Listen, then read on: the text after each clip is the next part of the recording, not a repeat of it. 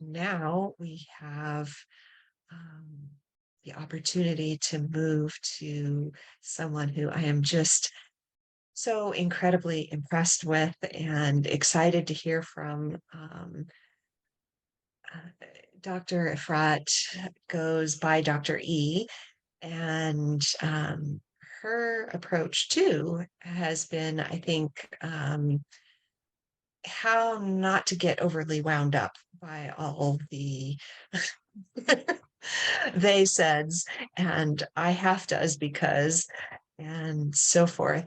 Um, and yeah, I really recommend listening to her videos and her podcast as well, because it's just so refreshing. Wonderful. um, and then as we put this together, I was expecting a very medical sounding title for your topic, and here we are Boring. talking. Here we are talking about 7 business myths and why we should ignore them. So I can't wait to hear what you have to say about that. Well, here's the thing. First of all, thank you so much for having me. I really appreciate it. And I see that this is a small crowd, which is nice. So if it's and I just want to make sure, it's my understanding everyone here is an entrepreneur. Everyone has something going on, some sort of business. That's correct? Okay, awesome. So I see 3 people on the screen. So I guess the other ones are hiding. So do you mind, before I start, Carrie, do you mind telling me what your business is? And then Janet, and then I don't know if it's Andrea or Andrea. Well, I can unmute myself, so I will just say I'm a relationship coach. I'm a communication coach. Nice. Perfect. This will be right up your alley. That's amazing. Janet, I think I kind of know. I caught the tail end of what you did, but please let me know what you do. Right. I work with individuals, especially 50 and over, looking for better health and increased energy as they age. Amazing. And part of that is through Qigong. Yes. Oh my God, amazing. I love that. Andrea, is it Andrea or Andrea? Sorry. It is Andrea. Thank you. Andrea, of course. I'm an Ayurveda nutrition and digestive health counselor. Everyone is so fancy. Robin put her camera on for this. Robin, what is it that you do? I'm a pet sitter and I am a web designer and I measure firefighters for my family business. Oh my goodness. That's amazing. I'm jealous most of the pet sitting. Jealous most. I've got 7 today, so that's why I've been muted and had it off because I'm chasing little critters. Oh my goodness, I love this. So I'm gonna share a PowerPoint, but I try to make my PowerPoints not too bland, because I was a student once and I can't stand bland, boring points. So let's start having fun. Also, feel free to interrupt me whenever you want.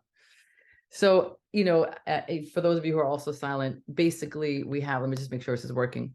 These are kind of the mantras that we see all the time, right? Work hard, keep going. I'm sure you're all kind of familiar with this mindset. And as entrepreneurs, we often feel this pressure to constantly push ourselves to the limits and work around the clock to achieve success. And I think some of us believe that if we just work hard enough, of course, we're going to achieve our dreams. But then some of us get sick. And when we get sick, suddenly our priorities really change. And we start to question all these mindset quotes and the different things that come up. Different things become important to us. But even with that, for many of us, there's like this little voice in the back of our head that says, am I really going to be successful if I let go of this mindset on this life? So today, it's going to be about silencing that voice for once and for all and shattering the myths that hold us hostage. So we're going to start with myth number 1. And myth number 1 is the early bird catches the worm. And I think a lot of you providers already know all about this, or something along the lines of, I'll sleep when I'm dead, give me the coffee, right?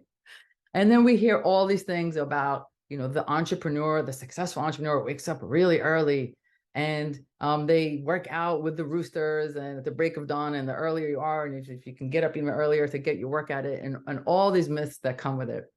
So I am here to tell you, and I'm going to tell you a little bit more about what I do in a moment, but I'm here to tell you absolutely not. Okay. One of the companies that I own is called the New Method.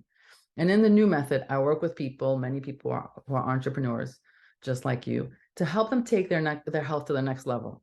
So of course, we discuss nutrition, of course, we discuss exercise and supplements and stress, but we also talk a lot about sleep. I actually have to teach so many of my patients how important sleep is, and that it's just as important as nutrition, not after, like just as important.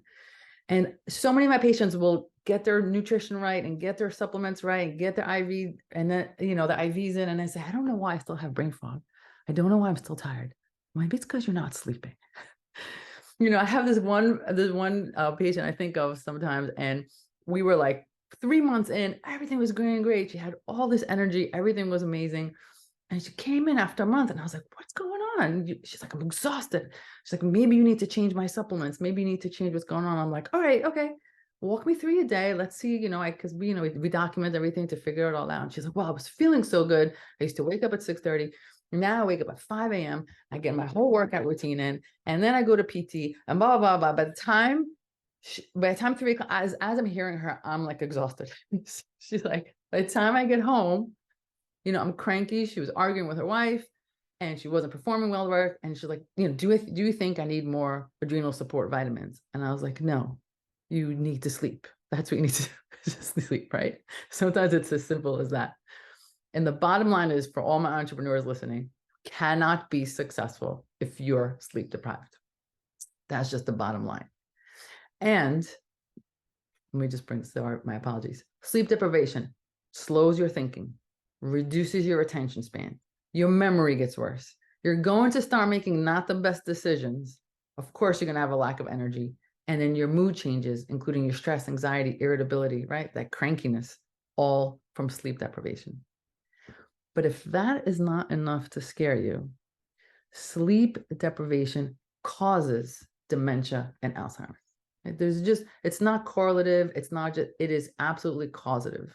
And so it's really critical that we get on top of this. I do genetic testing to see who has a predisposition to Alzheimer's. And although people, even without the genes, can get it, but it's so critical for everyone to get their sleep right. Because if we don't clean out the brain at night, it builds up. It's like a city and it needs sanitation to come at night. And if we don't sleep, that's not happening. So it turns out that if you wake up early, there's actually no worm. And all you end up is feeling like this. So you need to sleep, but not right now, because I have a few more myths to go through. Okay, don't fall asleep right now. Getting 7 to 9, people ask me how long it should be. 7 to 9 hours is what we want. And it's kind of not optional if you want to be successful. It is literally part of your success. So we need to squash that voice that says, let me wake up early for my workout. Let me wake up early to answer my emails. It's done. And with that, we're moving on to myth number 2. So myth number 2, idle hands are the devil's playthings, or an idle man's or woman's brain is the devil's workshop. Interesting. It seems like in order for us to be successful, we're supposed to look like this. We're supposed to do as many things as possible, answer emails, pick up the phone, take care of the kids, take care of our parents, meet the deadlines, get another degree, get them their certification. If we're not looking like this, we are not successful. And at all times, productivity is the most important thing. You've got to hustle, and you got to hustle hard, and you have to keep going.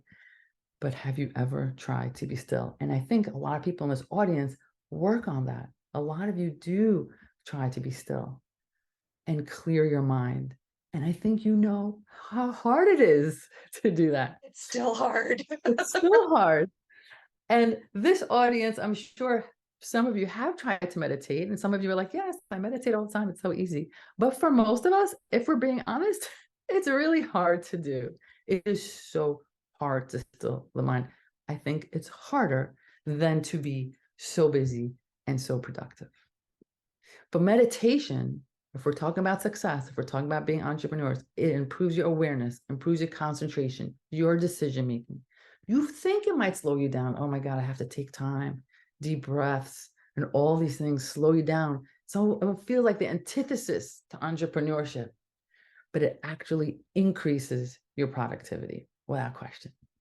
So if you want this, you need this.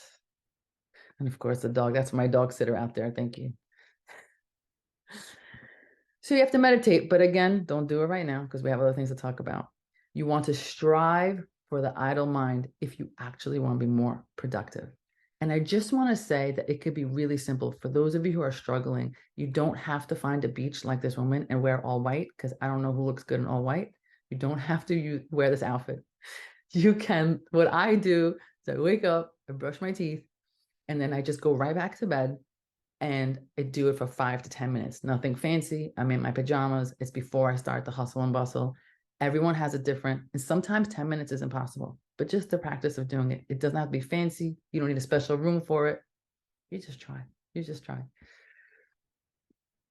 Bringing up some myth number 3, bigger, better, faster, stronger, right? Any entrepreneur, if you've picked up an entrepreneurial book, it's all about 2x, 5x, 10x. You got to keep going. If you keep going, it's the only way you're going to make it, right?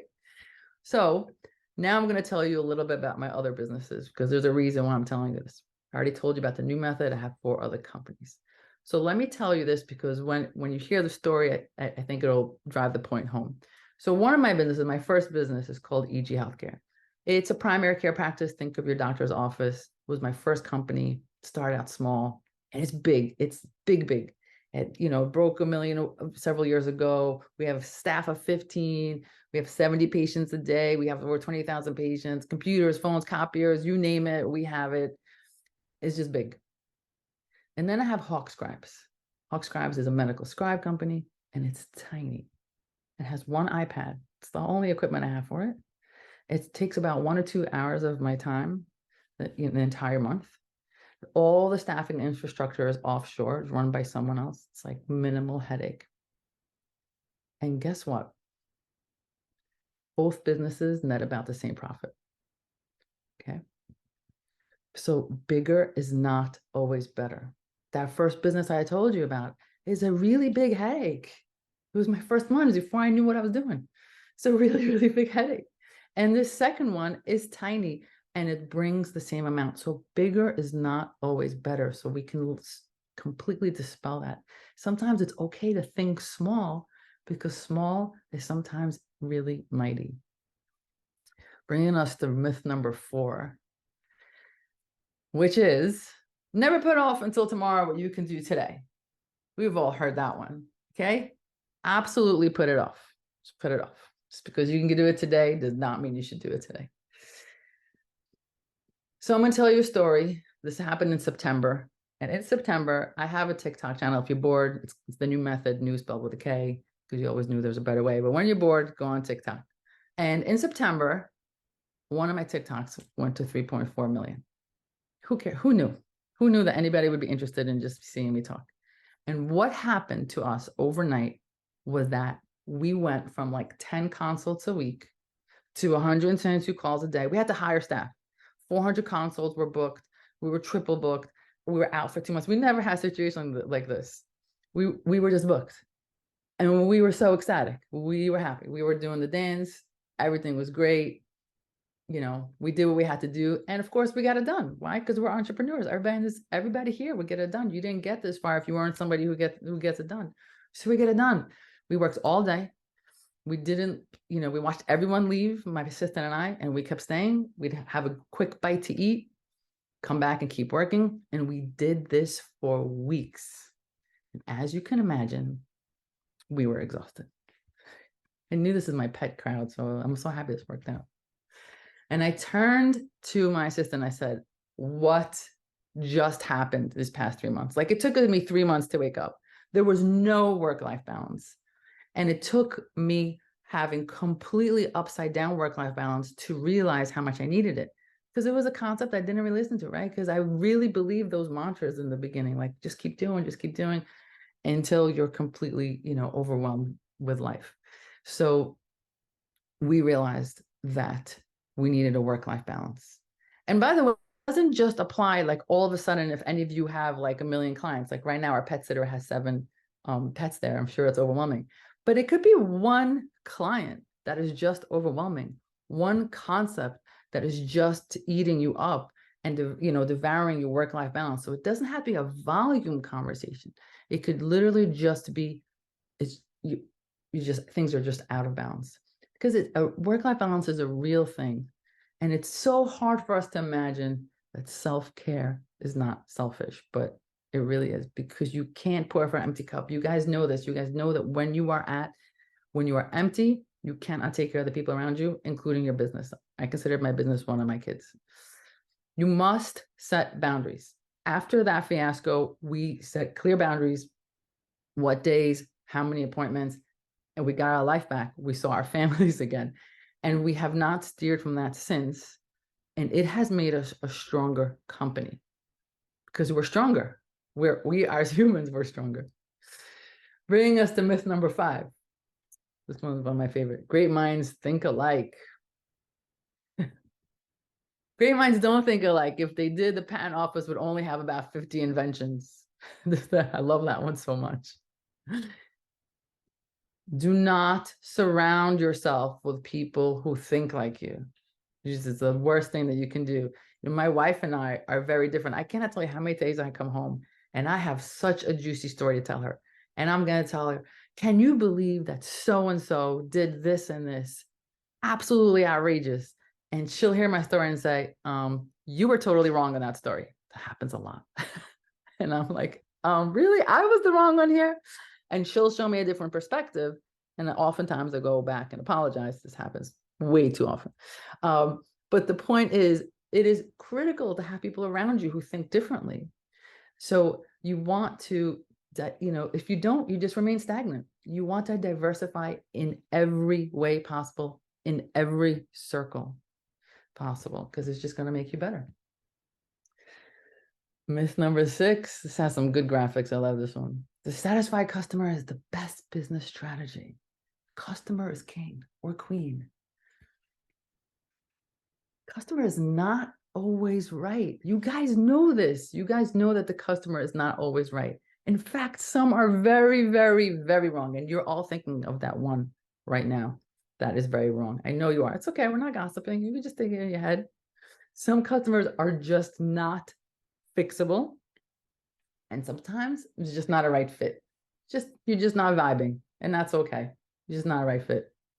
But if you keep this type of customer, it could lead to chronic stress, anxiety, burnout. It will give you a lack of control over your business. So for the sake of your mental health, when you have customers like this, you have to discharge them ASAP.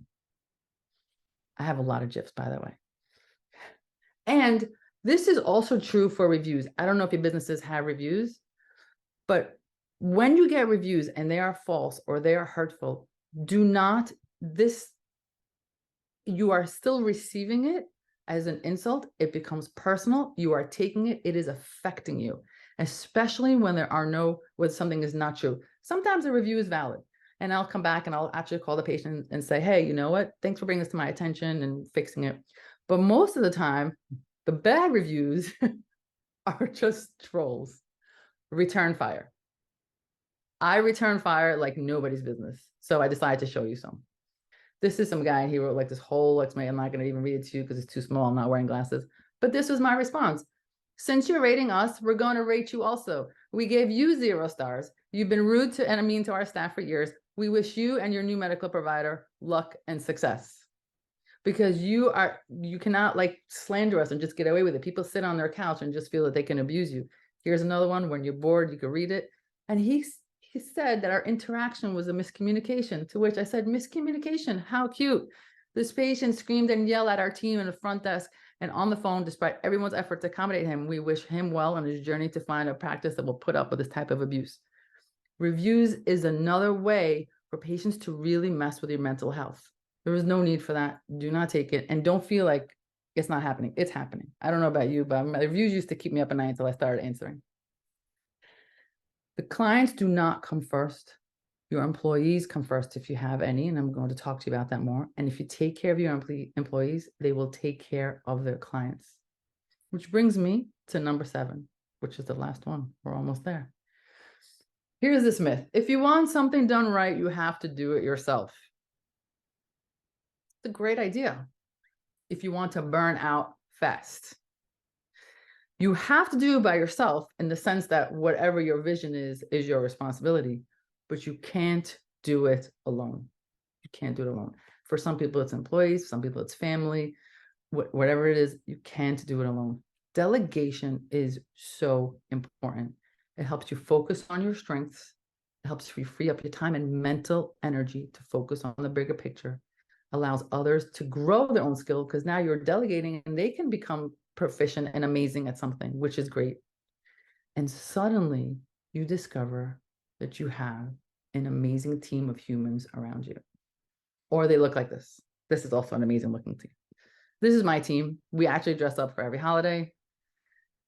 And when I first started, it was about my dream. It was my dream. And it was about, providing certain service for my patients. And it was really very I centered. And then I created a team. And when I started making team-centered decisions, my business reached new heights. And when I say team-centered decisions, I mean, we close the office for lunch every day, close, phones off, everything is locked, everyone's eating lunch. There is no such thing as working through lunch. Everyone's eating lunch. You don't want to eat, go take a walk. I force everyone to go eat lunch. Once a week, we buy everybody lunch. We rotate our late days so that if things, sometimes we don't have to stay late, but if it's going to be a late day, you'll know that Wednesday is your potential for a late day and not every night. So you can plan events with your family and just say, hey, Wednesday, I'm not going to plan anything because that might be a day I stay late. So we rotate that so everybody can have a way to plan their life. We always do holidays, events, photo shoots. We do all that. Our social media is extreme. If you're bored, follow. And every single person who works from every level is on our social media. They're all part of what we look like. It is not the e-show. During our staff meetings, we make it fun. We have a full catered breakfast. We give advanced loans and microloans because sometimes people who are living paycheck to paycheck just need an extra hand, especially if it's a deposit for an apartment, something happened with their car. So we provide that. Even though we're a small company, this is something that is really so team-centered. Every meeting that we have, and we have plenty of meetings, we start with wins. And every night, every single day, before we leave the office, we all get together and share our wins. It doesn't have to be business related at all. And then, of course, we discharge all the problematic patients, which is really empowering for your team because they know you have their back, that you're not going to say, well, the customer is always right, you have to be abused all day long. Absolutely not. That's not going to be good for anyone, which brings me back to that slide. Your employees, your team must come first. If you take care of your team, they will take care of the clients for you. And okay, we're almost at the end. I'm from New York, so I do everything fast. Let's recap. We're going to dispel the myths. Sleep. Just sleep. Period. End of story. Keep your mind idle, aka meditate. Bigger is not always better. Set boundaries with your time. Diversify everyone around you in every sense of the word. Prioritize yourself over the customer, always. Focus on your team. They'll take care of your customer. And I'm just going to add one more truth. Practice what you preach. Whatever you want, you must be. If you want transparency, you must be transparent. If you want integrity, you must be integrous. If you want honesty, you must be honest. These are just the things I learned all along the way as I built my businesses. I'm not a business coach. I help entrepreneurs all around the country overcome illness and get on the path to wellness. But guess what happens when they prioritize their health? They become better leaders. And their businesses become mission-driven, employee-centered. Their relationships with their loved ones are strengthened. Their bottom line increases. And that's it. I hope you found these words helpful as you shape your business. This is all the way to reach me. It's basically the new method everywhere, every platform except for Twitter, because I talk too much. This is where you can find me. And now I'm open for questions. Wow, fantastic. I love these. Let's see. You weren't ready for it to be that fast. New York I wasn't. New York Speed is so right. We could just talk. So someone said, how do you best incorporate exercise into your schedule as an entrepreneur? Amazing question. I love the question. I incorporate it in two ways. Remember when I said set boundaries? part of me setting boundaries is that I start my office hours later in the day so that I can work out in the morning. I prefer to work out in the morning. That has been non-negotiable since the first day I opened my first business. I do not open and some medical providers, some doctors open up at 7 or 8 to do early visits, very inconvenient for the patients. I get it. But my office opens at 10 because I am working out in the morning. I am sleeping. I'm having coffee with my wife every day. And then I'm working out. And then I show up amazing to work. So that's how I incorporate it because I set boundaries. And if you're someone who likes to work out later, close means close and you go work out later. That's really important. And the other thing I try to do is during those lunch breaks, I try to take a walk, like throw an audiobook on and take a quick walk. What other questions do you guys have? I see Ronnie. Ronnie, do you have a question? Hi, I don't have Ronnie. a question, but I love your accent. I'm also from Manhattan, but I never lived in New York as a kid. I just went a lot back. I returned a lot. Can you hear me? Yeah, I hear you. I love it. I loved your presentation. I'm sorry I didn't come on, but I'm actually working today, but I wanted to hop on and catch you. And everything you said is spot on. Thank I'm you. a certified personal trainer. And when people ask me, like when you said, well, should I work out in the morning or afternoon? Yes. Huh? Yes. And you'll do it. Yes. You're gonna do it. And often, we break it up like 3 times a day for 10 minutes, or if you can only have 20 minutes, in the morning. When you will do it is the right answer. Correct. And I also loved, I just want to contribute to this because you're spot on setting boundaries. The thing I would love for the replays, people who watch this replay, and for you ladies to hear today, and Tony, is boundaries are not for other people. It's not a fence we put up for you stay on your side and you follow my boundaries. Boundaries are for us to put up and maintain. We maintain that fence and we enforce it for us. So I just wanted to contribute that. I love that. And if you don't maintain it is when you start falling apart. That moment when we went viral and we blew apart all our boundaries, I feel like I aged more in those 2 months than I had in years. Because I just let go of all the boundaries. I just got hyped up. And I agree with you. It was for me. I became empty. So I so agree with you. And it's for you to maintain your boundaries, not for others to respect. You can't control whether you will respect or not. You respect yourself. Yeah. 1000%. And I also love your comment about exercise. People ask me that also, when should I take my supplements? Whenever you're going to remember them. If you're not someone who remembers it in the morning and you take it at lunch, great. That's awesome. Get them in. And as far as exercise, also how much exercise, that also depends on you. Some people walking to the stop sign is a lot, and some people could do more. So it's always graded exercise, like whatever grade you're up to is fine. And whenever you can get it, I love that. So good. And I will say my father passed from Alzheimer's, and I've just been so into doing research since 2016. And sleep is the #1 thing we can do for our bodies. We actually stay awake longer and live longer and better. Yeah. So first of all, I'm very sorry for your loss. Yeah, thank you. Alzheimer's is, I think many of us, I'm assuming our age group, many of us are in similar age groups. And I think one of the things we're scared about the most, and Carrie Lynn, I see your comment, I'm going to comment on in a second. Many of us are worried about our brain. This is what we're worried about. We got so far, we figured out some physical issues that we've had along the way, and now we want to make sure our brain gets intact. The same concept applies that you're doing for your body and your gut and your skin and your inflammation is the same thing you need to do for your brain. It is so critical. So even if you have the genes, just because you have the genetic predisposition does not mean you're guaranteed to get it. Just like diabetes, right? Just like as grandma has diabetes, you still have to eat the sugar to get the diabetes. Same is true for Alzheimer's. Dad has it. That just means you have to work a little bit harder. But I just want to empower you to let you know that that does not in any way have to be your future. Thank you so much for sharing that. Exactly. Thank you. Of course. I see Carrie Lynn says, I'm a person that works best in the afternoon and loves to stay up late and sleep in late. Has taken some gumption to go against the idea of get up early. Listen, my opinion, when my patients tell me I wake up early to exercise, I'm like, incorrect. Go back to bed. Go back to bed. You cannot forgo sleep to exercise. You haven't done anything with that. It's like you took out one bank account and just put, like, it doesn't work. So I would love for you, if you stay up late and you sleep in late and you're getting your 7 to 9, who's better than you? You got it in 7 to 9 hours. That's awesome. But if that works for you, great.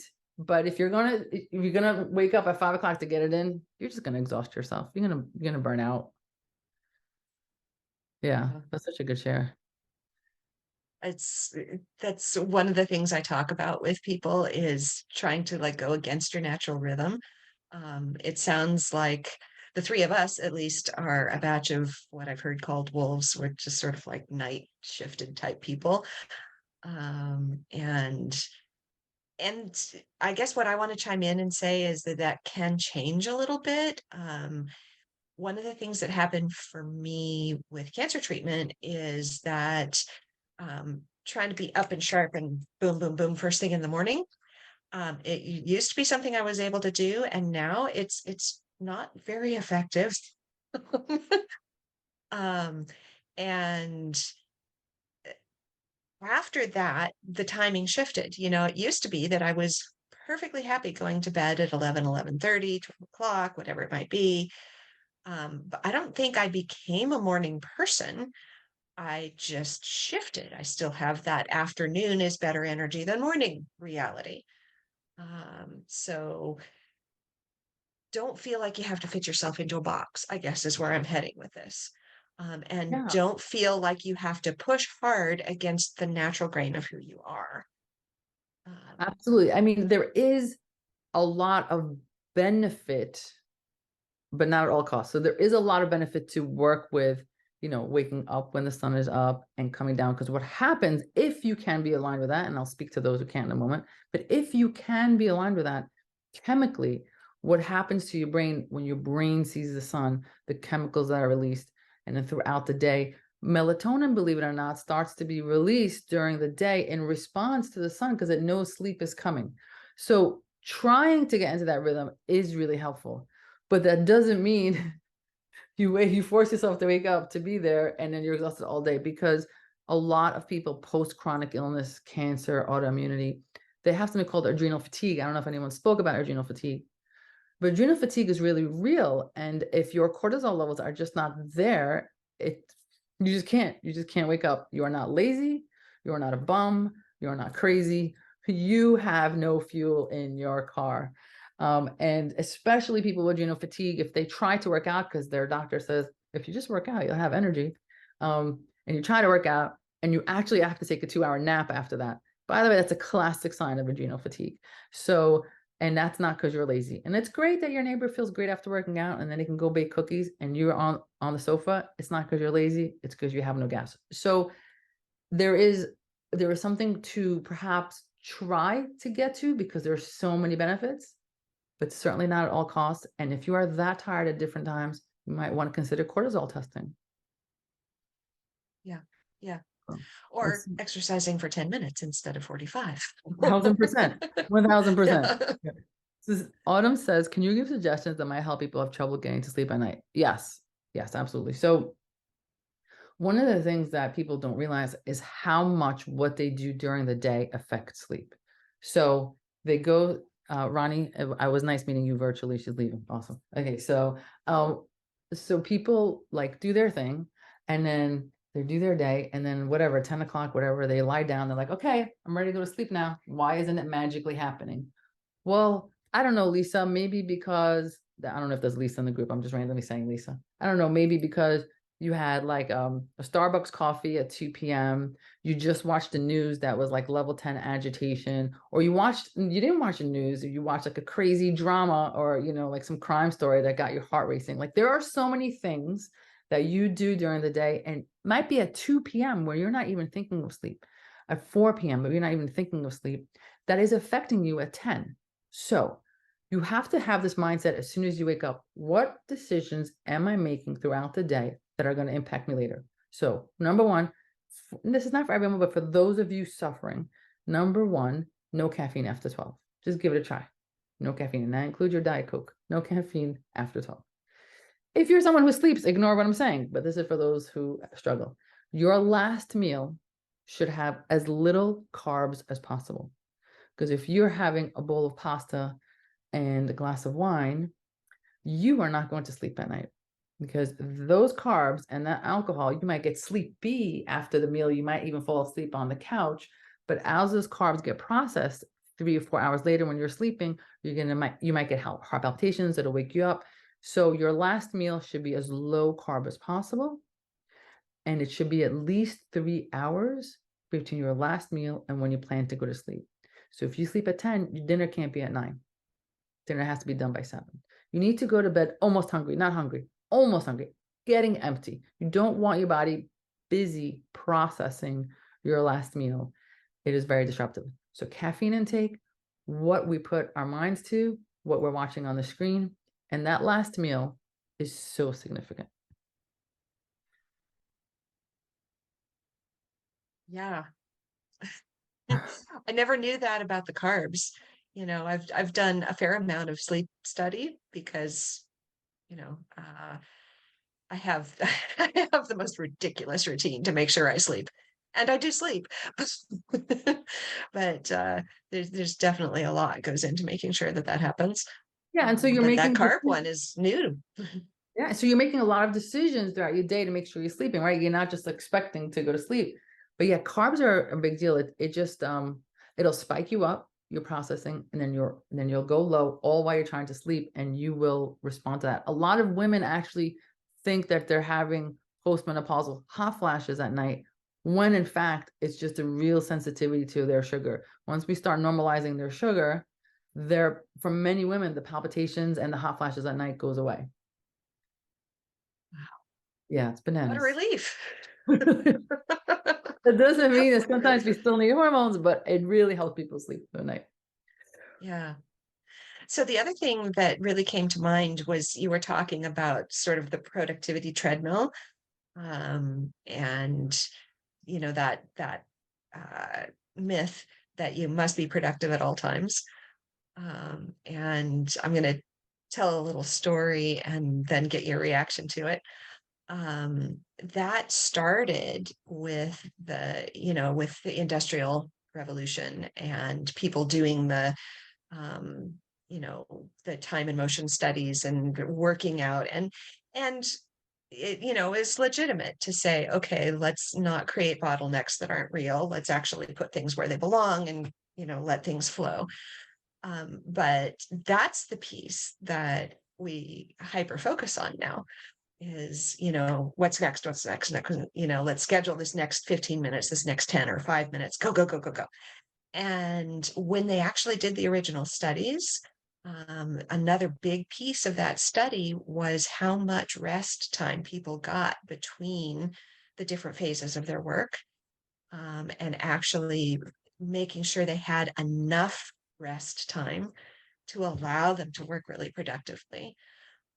And so those original factories built that in. And it's something that we've kind of forgotten about now. Check What it do you out. think about that? Oh yeah, absolutely. I mean, I'm an anomaly in my field to shut down midday, phones and all, because if you don't shut off the phones, how can people walk away? Is precisely because of that, because you must take a break. You must walk away from your table midday. You must. And if I don't schedule that, if I think, before, when I first started and we initially got busy, everybody just ate at their table whenever they could in between patients, which is classically, I spent many years in trauma in the ER. Classically, we just ate like standing up. Who takes a break in the ER? You're like a loser if you ask for a break in the ER. I worked there for many years. Maybe the mentality has changed, but no, I don't think so. So I came with that mentality, like just keep going, just whatever you eat when you go. And then I just, as I started becoming more of a leader, I realized this is not correct for my team or for myself. So you must build in breaks for everyone. And if you don't build them in as a leader, if you don't make sure that they happen, like sometimes my girl's like, no, let me just finish this. I'm like, no, you will not finish this. You will get up right now and it will take 30 minutes and then we'll come back. The work's not going anywhere. So you can be efficient and still take breaks. My office is very efficient. We see high volume. We have really great workflows to reduce redundancies and to make sure that we're operating at the top of our license. But that doesn't mean you have to work all the time. We have clear opening hours. We have clear closing hours. We have clear parameters of how many people we'll see per hour. We are efficient, but we're also taking moments. And it's back to setting boundaries. Those are built-in boundaries that you put in there, and they're non-negotiable. That's fantastic. So would you say that the key to making that work is communication with clients, or what's the I, key? I would say the key to making that work is your leadership. So if you're in a place, I mean, most people here are entrepreneurs, but you have to take that stand for yourself and for your team. And sometimes we don't take it for ourselves, but when we start thinking of others, like, I really should make sure these girls eat. So then you start ending up taking it for yourself. We tend to put ourselves last. So treat yourself. If you don't have any employees, if you're an entrepreneur, you're a solo, treat yourself as if you were your own employee. Because you would never let someone who worked for you work 8 hours without eating, without going to the bathroom, without taking a walk somewhere, without checking in with their family. I have no problem. My staff has their phones with them. You have kids, you have connect, right? So you would never do that to somebody who works for you. Nobody in this forum, I know it, would never treat any employees this way. Yet we do it to ourselves. So pretend you're your own employee and be a leader for yourself and give yourself those boundaries. I love it. And it's true, we know, if we're not at least reasonably good to our staff, we're not going to be able to keep them. And, we sort of think that we can just keep pushing ourselves, but the reality is, we may not sit down across the desk from ourselves and say, I'm leaving, I took another job because it's just too stressful here. You can't walk out on yourself that way, but it ends up coming in a medical kind of way. So Absolutely. often what I see. Absolutely. So, you brought up some good points. First, most people here, I'm assuming, are small businesses like myself. One of the reasons, so, there's a human resource shortage. It's very hard to get employees these days. And you're competing with bigger companies who can provide a better salary. But as a small business, I can provide these type of perks that cost me no money. My working environment is great. My team works 4.5 days for the same salary because we're that efficient. So you can create certain things that don't hurt your bottom line to make your workplace a better place to work, and they won't leave you for the extra few dollars somewhere else. That's the first part. The second part that you said is that how it affects your health when you're a solo. That question, when there are some days where, listen, it just happens, right? We overbooked, or it takes too long, or somebody had an emergency. It's the nature of the business. I find myself by 4 o'clock not being as good a provider as I was at 10 a.m. I'm finding myself, I have decision fatigue. There's so many decisions you have to make. When somebody says I have a headache, I have to decide, is this an emergency? Is this not an emergency? Like, there's so many decisions that happen when you're diagnosing. But if I don't take those times, I am not going to be efficient. I have decision fatigue. I'll have fatigue. And over time, if I didn't take care, if you don't intervene, that's going to create physical and mental health issues without question. Yeah, so true. Well, if somebody were realizing that they were kind of like walking up a little too close to the edge of that cliff, what would you say is, well, besides sleep, what's the next thing to do in your personal life even? So that's a really good question. First, I just want to say, Tony, I really like what you wrote. That second mouse gets to cheese. That's correct. Because I love it. They're taking up. And Andrea, thanks for that support.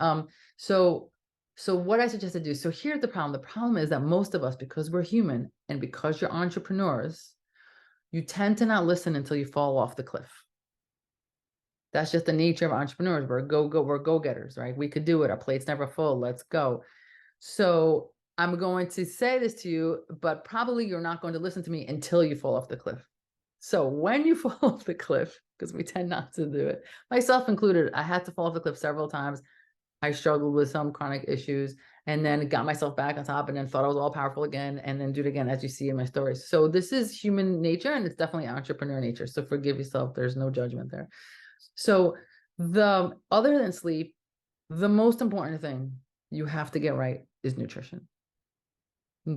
If your plate is not correct, your mind's not the gut-brain connection. If you're bored, go on my YouTube channel. The gut-brain connection. If you have anxiety, if you have concentration issues, if you have fatigue, if you're irritability, all of it, and your belly's not on point and your nutrition's not right, it's not happening for you.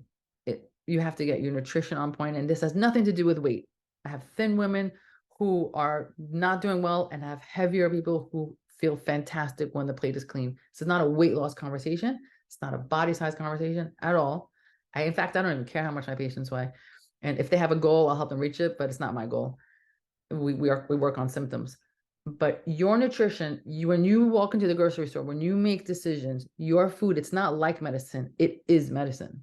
So you're either choosing something processed with a lot of ingredients that you cannot pronounce, which is basically poison. Not basically, it is poison.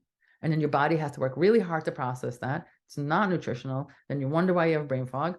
Or you're choosing something that is made from nature or from God, whatever you believe in, that is chock full of phytonutrients and minerals, that is medicinal. And every single time you sit at the table, you're thinking that. Now, that doesn't mean every once in a while you're not going to have a cheat day.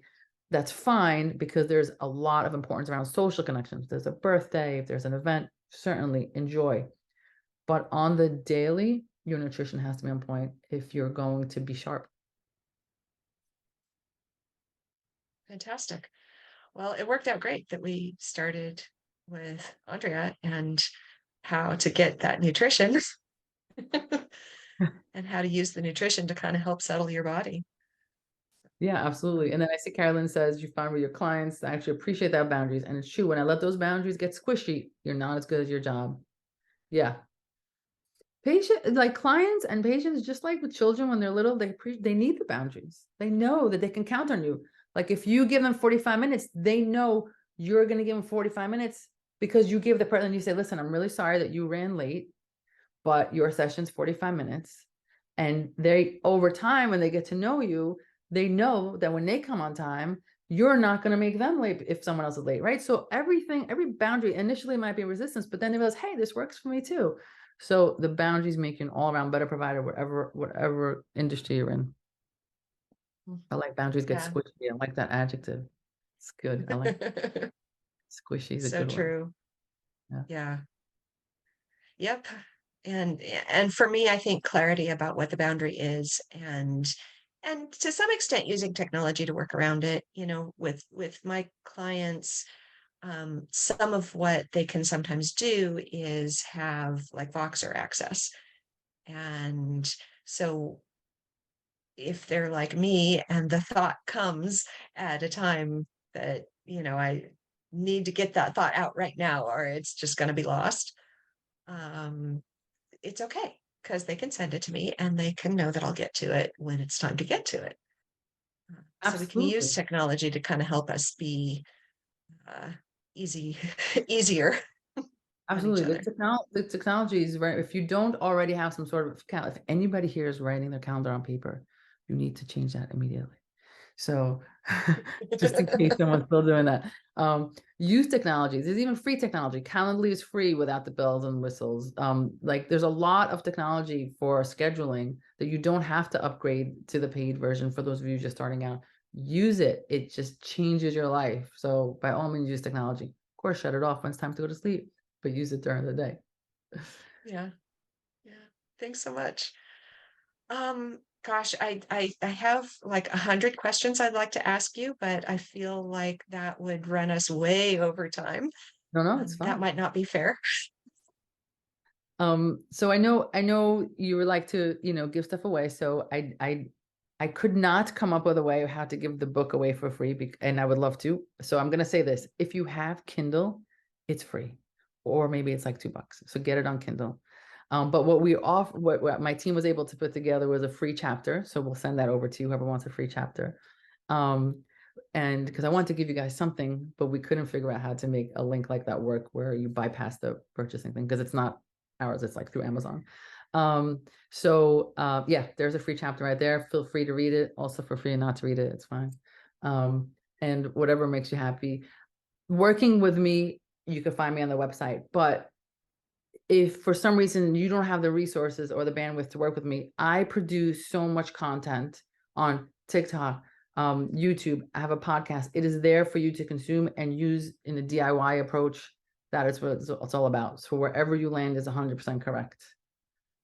Yeah. Well, one of the things and here's the contact info. That's So perfect. do all new method. Don't look at my name's boring. Do all the new method. It's fine. Here, I'll give it to you. Okay. Yeah, because no one needs to see me. You don't want to see me on Facebook. It's boring. You don't want to see. I mean, you can see my kids, but here, this is what you need. This is me. New method everywhere. It's easier to remember because they're gonna say how do you spell my name? thenewmethod.com, because you always knew there was a better way everywhere. Yep. This was And a pleasure. and I really appreciate it so much. yeah, I just wanted to reflect that listening to, the material you put out, um, it isn't always going to apply to every single person, but it's still just super helpful to me from a philosophy or an approach, because you say this stuff that we need to hear in terms of just like how to even organize your thinking. Mhm.